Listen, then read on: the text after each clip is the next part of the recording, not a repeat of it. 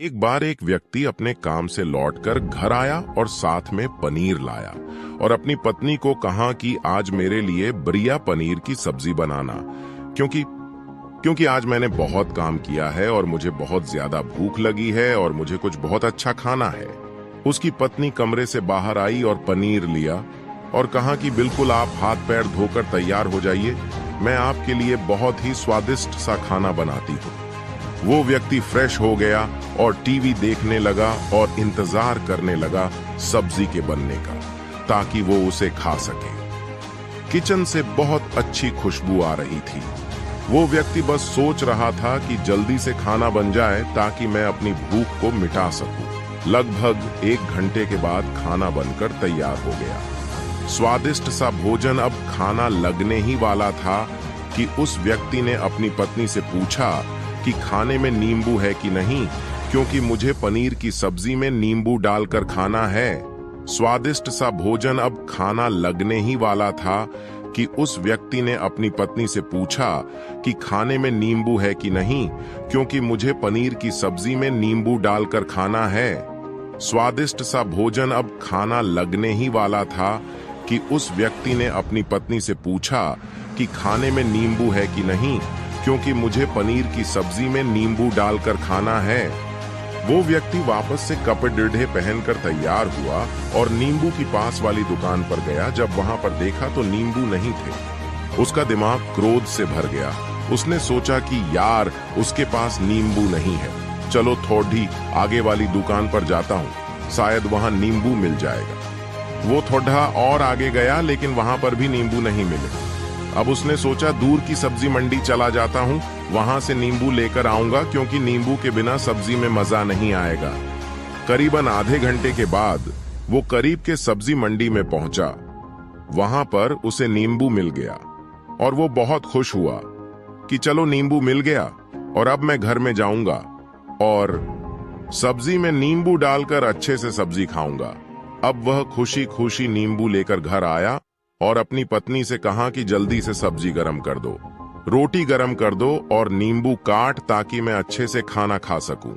अब थाली लगाई गई, सब्जी परोसी गई और नींबू रखी गई। उसकी पत्नी सामने ही बैठी थी और वो व्यक्ति थोड़ी देर के लिए कुछ सोच में पड़ गया। उसके बाद उसने नींबू की प्लेट उठाई और दरवाजे से बाहर की ओर फेंक दी और जोर जोर से चिल्लाने लगा, मैं जीत गया, मैं जीत गया। पत्नी ये देखकर घबरा गई कि कहीं ये पागल तो नहीं हो गए, इन्होंने सारे के सारे नींबू दरवाजे से बाहर की ओर क्यों फेंक दिया। उस पत्नी ने उस व्यक्ति पर चिल्लाया और कहा कि आप पागल हो गए हैं, अभी तो इतनी देर तक नींबू के बारे में पूछ रहे थे और अभी जब नींबू घर पर ले आए और खाने बैठ गए तो आपने इन नींबुओं को दरवाजे से बाहर फेंक दिया और अब चिल्ला रहे हो कि मैं जीत गया, मैं जीत गया। पत्नी पूछी, आप किस चीज में जीत गए, हुआ क्या? अब व्यक्ति खुशी खुशी बैठ गया और अपनी पत्नी से कहा, आप भी बैठो, इत्मीनान रखो, बताता हूं कि क्या हुआ। आज सुबह से ही मेरी जीत मुझे अपने बस में करने की कोशिश कर रही थी। जब मैंने बहुत काम कर लिया तब मुझे बहुत तेज भूख लगी। जब मैं घर पर आया तो तुमने बहुत ही स्वादिष्ट सब्जी बनाई, उसकी खुशबू मेरी नाक में गई। फिर मेरी जीभ ने कहा कि इसे अब नींबू चाहिए।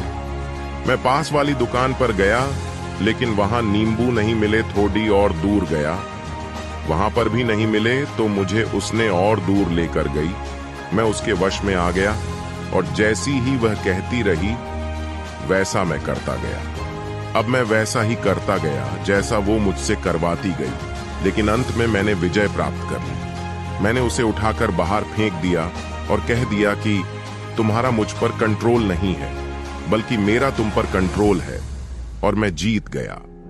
कई बार लोगों को शराब पीने की आदत लग जाती है और उस चक्कर में वो भटकते रहते हैं। यदि एक जगह नहीं मिलती तो दूसरी जगह जाए है, दूसरी जगह नहीं मिलती तो तीसरी जगह जाते हैं। और अक्सर युवाओं के साथ ऐसा जरूर होता है कि वो शराब पीने के लिए बैठते हैं, सारी शराब खत्म हो जाती है। उसके बाद एक ना एक व्यक्ति जरूर कहता है कि यार और चाहिए के चक्कर में शराब ढूंढने के लिए निकलते हैं, देर रात हो जाती है, वो भटकते रहते हैं।